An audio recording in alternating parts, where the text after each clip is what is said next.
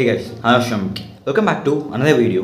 So ஒரு காலத்தில் YouTube அப்படின்ற ஒரு விஷயம் வந்து எப்படி இருந்துச்சுன்னா, யூடியூபர்ஸ் எல்லாம் அதாவது யூடியூப் அப்படின்றது வளராத காலத்தில் எல்லாருமே வளரணும், எல்லாருமே பெரிய ஆளாகணும் அப்படின்ற மாதிரி ஒரு ட்ரெண்ட் எப்போ உருவானுச்சுன்னா 2017-18 அந்த காலகட்டத்தில் தான் யூடியூப் அப்படின்ற ஒரு விஷயம் வந்து எல்லாருக்கும் தெரிய ஆரம்பிச்சிச்சு. நம்மளும் ஒரு யூடியூபர் ஆகணும்டா அப்படின்றது வந்து பீக்கு அடைஞ்ச டைம் வந்து 2020. ஸோ அந்த டைமில் யூடியூபர்ஸ் எல்லாருமே கொலாப் பண்ணியும் நிறைய விஷயங்கள் பண்ணியிருப்பாங்க. அந்தளவுக்கு அந்த யூடியூப்பில் இந்த மாதிரி சண்டைகள்லாம் போயிட்டு இல்லாத காலகட்டம் அந்த டைமு. பட் இப்போ பார்த்தீங்கன்னா யூடியூப்பில் ஒரு மிகப்பெரிய சண்டைகள், அதாவது நம்ம அப்பையிலேருந்தே பார்த்துட்டு இருக்கோம். 2021 அது மிகப்பெரிய ஒரு விஷயம் நடந்துச்சு. அதாவது சோலோ வர்சஸ் கார்பரேட் கிரியேட்டர்ஸ் அப்படின்ற மாதிரி ஒரு மிகப்பெரிய விஷயம் நடந்துச்சு. அது வந்து ஒரு மாதிரியே போணுச்சுன்னு வச்சுக்கோங்களேன். அது வேறு விதமாக போய் அதுக்கப்புறம் ஜேசன் சாமியல் வந்து நிறைய விஷயங்களை ரிவீல் பண்ணி அவர் வந்து ஒரு மிகப்பெரிய வீடியோலாம் போட்டு அது பெரிய பிரச்சனை ஆகிடுச்சு. யூடியூப் கமிட்டியே ஒரு எப்படி சொல்கிறது, ஒரு கேயோஸ், ஒரு கலவரம் உள்ள ஒரு இடமா மாறுனுச்சு. அதுக்கப்புறம் நிறைய இந்த மாதிரி ரைவல்ரி மீன்ஸ் வார்த்தையை விடுறது, கருத்து வேறுபாடுகள் அப்படின்ற மாதிரி சில விஷயங்கள்லாம் யூடியூப் கம்யூனிட்டியில் அதிகமாக நடக்க ஆரம்பிச்சிச்சு. அதுக்கு தான் சான்று இப்போ A2D vs தமிழ் டேக் அப்படின்ற மாதிரி ஒரு விஷயம். இப்போ பார்த்தீங்கன்னா ரீசெண்டாக இர்ஃபான் vs ரபி, அதாவது Irfan's view vs biryani man அப்படின்ற மாதிரி ஒரு விஷயம். ஸோ இந்த விஷயம் எங்கே ஆரம்பிக்குதுன்னா, பிரியாணி மேன் அவர்கள் வந்து நிறைய ட்ரோல்ஸ்லாம், அதாவது கிரில்னு அவர் சொல்லுவார். அதாவது ட்ரோல்ஸ் நிறைய பேரோட வீடியோவை ட்ரோல் பண்ணியும் இல்லை அவங்க பண்ணுற விஷயங்களை வந்து சில விஷயங்கள் அவர் கண்டுபிடிச்சதா சொல்லி சில விஷயங்களை எக்ஸ்போஸ் பண்ணுறேன்னு அப்படின்ற மாதிரி சில விஷயங்கள் சொல்லுவார். ஸோ இந்த ஒரு விஷயம் பண்ணிட்டு இருக்கும்போது TTF வாசன் அவர்களை வந்து அரெஸ்ட் பண்ணுறாங்க அப்படின்ற மாதிரி அடிக்கடி அரெஸ்ட் பண்ணிட்டே இருப்பாங்க, நிறைய விஷயங்கள் அவர் மாட்டுவார்.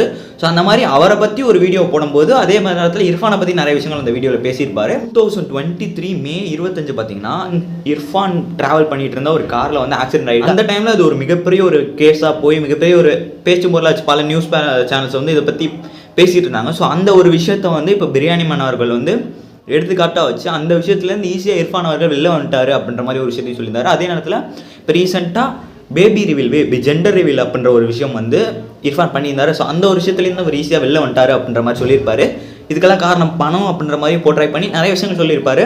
ஸோ இந்த ஒரு விஷயத்துக்கு இர்ஃபான் அவர்கள் வந்து ரிப்ளை போடுற விதமாக நிறைய விஷயங்கள் பேசியிருப்பார். ஸோ ஆக்சுவலி பிரியாணி மேன் அவர்கள் நிறைய அவரோட ட்ரோல்ஸ் எல்லாத்துலேயுமே இந்த மாதிரி டபுள் மீனிங் ஜோக்ஸாக இருக்கட்டும் இல்லை அபியூசிவ் வேர்ட்ஸ்லாம் யூஸ் பண்ணியிருக்காரு. அப்போலேருந்து நீங்கள் பார்த்தீங்கன்னாலே கண்டிப்பாக யூஸ் பண்ணியிருப்பார்.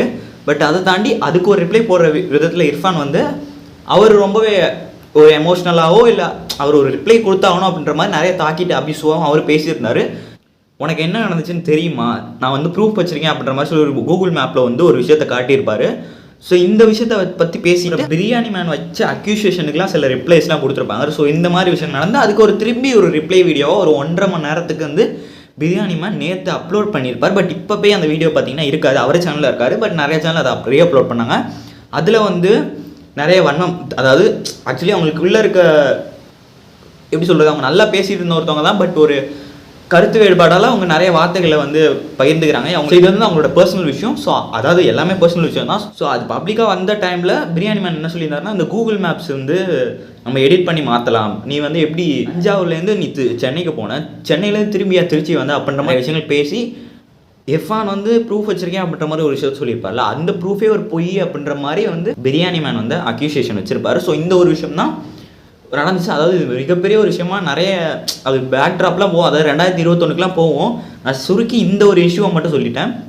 2021 வந்தோன்னா அந்த டைமில் ஜேசன் சாமியல் அவர்கள் வந்து மதன் ஓபி இஷ்யூவில் நிறைய விஷயங்களை வந்து எக்ஸ்போஸ் பண்ணியிருப்பார். அதாவது நம்ம எல்லாருக்குமே தெரியும், மதன் அப்படின்ற ஒருத்தர் வந்து அப்போ வந்து கேமிங் சேனல் வச்சு நிறைய வீடியோஸ் போட்டிருந்தாரு. அந்த வீடியோஸில் அபியூசிவாக வேர்ட்ஸ் பேசுவார் சொல்லி யூடியூபர்ஸ் எல்லாருமே அவரை வீடியோ போட்டு அதுக்கப்புறம் சைபர் கிரைமுக்கு போய் அவரை போலீஸ் அரெஸ்ட் பண்ணி அவர் தலைமுறையாகவே அதுக்கப்புறம் அரெஸ்ட் பண்ணி அது மிகப்பெரிய விஷயம் ஆச்சு. ஸோ அந்த டைமில் வந்து அவர் எக்ஸ்போஸ் பண்ண வீடியோஸில், அதாவது ஜேசன் சாமியல் சொன்ன வீடியோஸ்லலாம் பிரியாணி மேன் அவர்கள் வந்து அவர் மேலே ஒரு அக்யூசியேஷன் வச்சுருப்பார். அந்த அக்யூசியேஷன் நான் இங்கே சொல்ல விரும்பலை. ஸோ அந்த அக்யூசியேஷனையும் இப்போ பிரியாணி மேன் வச்சு ஒரு வீடியோ போட்டிருந்தார். என்னன்னா, இப்போ நான் வந்து ஒரு வீடியோ வந்து ஒருத்தரை வந்து நான் எக்ஸ்போஸ் பண்ணி போடுறேன், ஒருத்தர் பண்ணியிருக்காரு அப்படின்ற மாதிரி சொல்லி நான் போடுறேன். ஆனால் யாருமே நான் சொல்கிறது கேட்கவே மாட்டீங்க. ஒருத்தன் வந்து அங்கே கொலை பண்ணியிருக்கான் அப்படின்ற மாதிரி நான் சொல்கிறேன், ஆனால் அவனுக்கு அது தெரியாமல் பண்ணிட்டான் அப்படின்னு சொல்லி நீங்கள் வந்து சப்போர்ட் பண்ணிட்டு போயிருங்க. இதுவே நான் வந்து அவன் கொலை பண்ணியிருக்கிறத எக்ஸ்போஸ் பண்ணி ஒரு வீடியோ போட்டு அபியூசிவாக பேசிட்டே நான் ஒத்துக்கிறேன். ஆனால் நான் பேசி போட்டதுக்கு நீங்கள் வந்து என்னை அப்படி திட்டுறீங்க. ஸோ இதே மாதிரி ஒரு விஷயம் எனக்கு 2021 நடக்குது. ஒரு அக்யூசியேஷன் என் மேலே ஒருத்தர் வைக்கிறாரு. ஸோ அந்த டைமில் எனக்கு சப்போர்ட்டாக என்ன டிஃபெண்ட் பண்ணி யாருமே வரல அப்படின்ற மாதிரி ஒரு விஷயத்த கேட்டிருப்பாரு. ஏன் அது அப்படி அன்கண்டிஷனல் ஹேட் வந்து ஏன் என் மேலே இருக்குது அப்படின்ற மாதிரி ஒரு விஷயத்த வந்து அவர் வச்சுருந்தாரு. ஓகே, இந்த விஷயத்தெல்லாம் தாண்டி நான் ஒரு ஃப்ராங்காக ஒரு விஷயம் பேச விரும்புகிறேன். என்னென்னு பார்த்தீங்கன்னா, யூடியூப் அப்படின்ற ஒரு விஷயம் வந்து எதுக்காக இருக்குன்னா, வியூவர்ஸை வந்து என்டர்டெயின் பண்ணணும் அப்படின்ற மாதிரி ஒரு காரணத்துக்காக தான் இருக்குது. யூடியூப் அப்படின்னாலே அந்த டைமில் அது ஆக்சுவலி வேறு ஒரு காரணத்துக்காக உருவாகி அது அப்படியே ஒரு ட்ரெண்டில் மாறி வியூவர்ஸ் பார்க்குறவங்கள என்டர்டெயின் பண்ணி அதில் ஏர்ன் பண்ணணும் அப்படின்ற மாதிரி இருந்த காலம் இருந்துச்சு. அது இப்போ பணம் சம்பாதிக்கணும், ஃபேமஸ் ஆகணும் அப்படின்ற ஒரு காரணத்துக்காக தான் இப்போ யூடியூப் மாறி இருக்குது. அதே நேரத்தில் நிறைய வியூஸ் எடுக்கணும், சப்ஸ்கிரைபர்ஸ் ஏற்றணும் அப்படின்ற மாதிரி.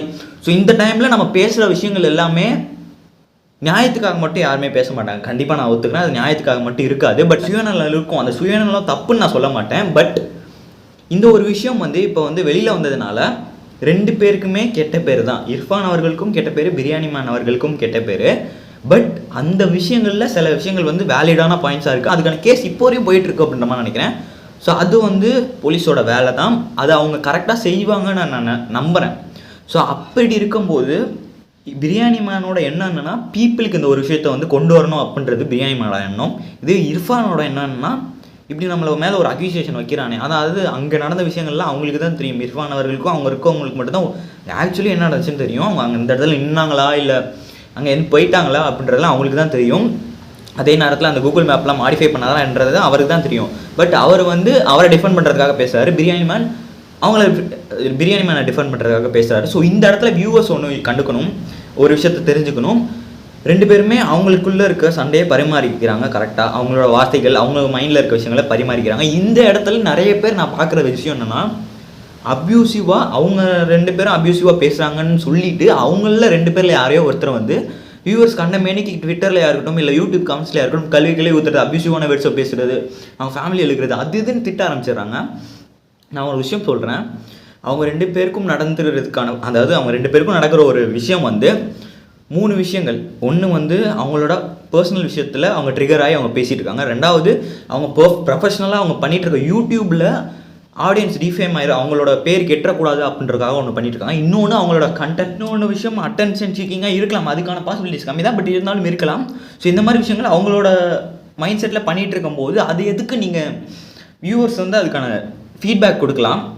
அவங்க அப்யூசிவாக பேசுகிறாங்க அப்படின்னு சொல்லிட்டு நானும் அப்யூசிவாக பேசுவேன் ட்விட்டரில் அப்படி இப்படின்னு திட்டுறாங்க. அதாவது நிறைய கமெண்ட்ஸ்லாம் நான் பார்த்தேன். ட்விட்டர்லாம் ரொம்ப மோசமாக இருக்குது. ஏன்னா அந்தளவுக்கு அது எக்ஸ்ட்ரீமாக போயிட்டுருக்கு. இப்போ கொஞ்சம் வந்து இப்போ பார்த்தீங்கன்னா பிரியாணி மேனுக்கும் சப்போர்ட் பண்ணுறாங்க, இர்ஃபானுக்கும் சப்போர்ட் பண்ணுறாங்க. அதாவது இர்ஃபான் என்னென்னா, பிரியாணி மேன் இந்த வீடியோ போகிறதுக்கு முன்னாடி வரைக்கும் பிரியாணி மேனோட ஹேட் அப்படின்ற விஷயம் எக்ஸ்ட்ரீமில் இருந்துச்சு. அதாவது இர்ஃபான் வந்து அந்த ப்ரூஃபை காமிச்சிட்டார்ல, அதை காமிச்சதுக்கப்புறம் யாருமே அதை எக்ஸ்பிரிமெண்ட், அது வந்து அது உண்மையாக பொய்யா அப்படின்றது யாருமே தேடியே பார்க்கல. ஓகே, இர்ஃபான் இந்த ப்ரூஃப் காமிச்சிட்டார்ல, இந்த மாதிரி ஒரு ப்ரூஃப் வச்சிருக்கும் போது எப்படி நீ இர்ஃபானை சொல்ல முடியும் அப்படின்னு சொல்லி கல்வி பிரியாணி மேனை ஊற்ற ஆரம்பிச்சிட்டாங்க. இப்போ இந்த வீடியோ வந்து பிரியாணி விட்டுட்டு அது ப்ரைவேட் போகிறதுக்கு முன்னாடி நிறைய பேர் பார்த்தாங்க, அது நிறைய சேனலில் ரிலீஸ் ஆனிச்சு. ஸோ அந்த டைமில் பார்த்தீங்கன்னா ஓகே பிரியாணி மேன் வந்து சொல்கிறது கரெக்டு தான் அப்படின்னு நிறைய பேர் சொன்னாலும், நேற்று ஒரு லைவ் போட்டிருப்பார் பிரியாணி மேன். அதுக்கு முன்னாடி வரையும் நிறைய பேர் பிரியாணி மேனை வந்து திட்டிட்டு தான் இருந்தாங்க. ஸோ நான் எதுக்கு இதை சொல்கிறேன்னா, ஸோ நம்மளுக்கு வந்து உண்மை அப்படின்ற ட்ரூத் அப்படின்ற ஒரு விஷயம் தெரியவே தெரியாது. அந்த பேசுகிறவங்களுக்கும் தெரியாது. அதாவது பேசுகிறவங்களுக்கு தெரியாதுன்னா அவங்க பேசின விதத்தில் வந்து இதுதான் உண்மை இதுதான் பொய்ன்னு அவங்க வந்து 100% இதுதான் உண்மைன்னு நம்மளுக்கு தெரியாதுல்ல.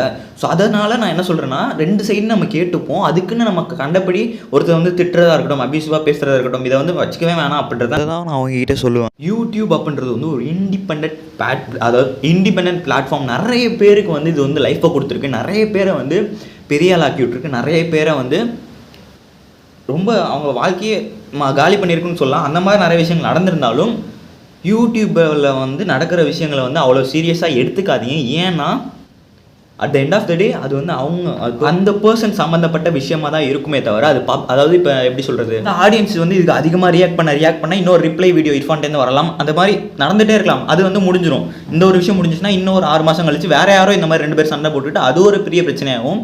ஸோ இது வந்து ஒரு ட்ரெண்டாகவே மாறிடும். ஏன்டா இப்படிலாம் பேசுகிற, இது போய் எப்படா ட்ரெண்டாக மாறினு பார்த்தா வாய்ப்புகள் இருக்குது. பட் அந்த ஒரு கேஸ் அப்படின்ற ஒரு விஷயம், அதாவது இர்ஃபான் அவர்கள் அந்த ஆக்சிடென்ட் அப்படின்ற ஒரு விஷயத்தை வந்து கவனிக்க வேண்டியது போலீஸ். அவனு அதாவது அந்த காரை ஓட்டின வரைக்கும் என்ன தண்டனை கிடச்சுன்னு நம்மளுக்கு தெரியாது. பட் அதை வந்து ஃபாலோ பண்ண வேண்டியது போலீஸ். அதை வந்து நம்ம பேசலாம், சோஷியல் இஷ்யூ அப்படின்றதுக்காக அதை பற்றி பேசலாமே தவிர பேசலாம், பேசுகிறது தப்பு இல்லை. அது அந்த பேசும்போது அது சண்டை வர்றதை வந்து நிறைய பேர் இங்கே அப்யூஸாக மாற்றி நிறைய பேர் அதில் போந்து நீங்கள் திட்டுறது நான் மிகப்பெரிய தப்பாக சொல்லுவேன். இங்கே வந்து அந்த 2 பிரச்சனையில் நான் யாருக்கும் ஸ்டாண்ட் பையாக நிற்கலை. அது ஆனால் நம்மளுக்கு அது 100% உண்மை எதுன்னு நம்மளுக்கு தெரியவே தெரியாது. பட் நான் உங்ககிட்ட வியூவர்ஸ் கிட்ட எல்லாத்தையும் என்ன சொல்ல வரேன்னா, தயவு செஞ்சு யாரையும் நீங்கள் 2 பேரில் யாரை வேணாலும் நான் சொல்கிறேன், யாரையும் அட்டாக் பண்ணி பேசாதீங்க, அப்யூசிவாக பேசாதீங்க.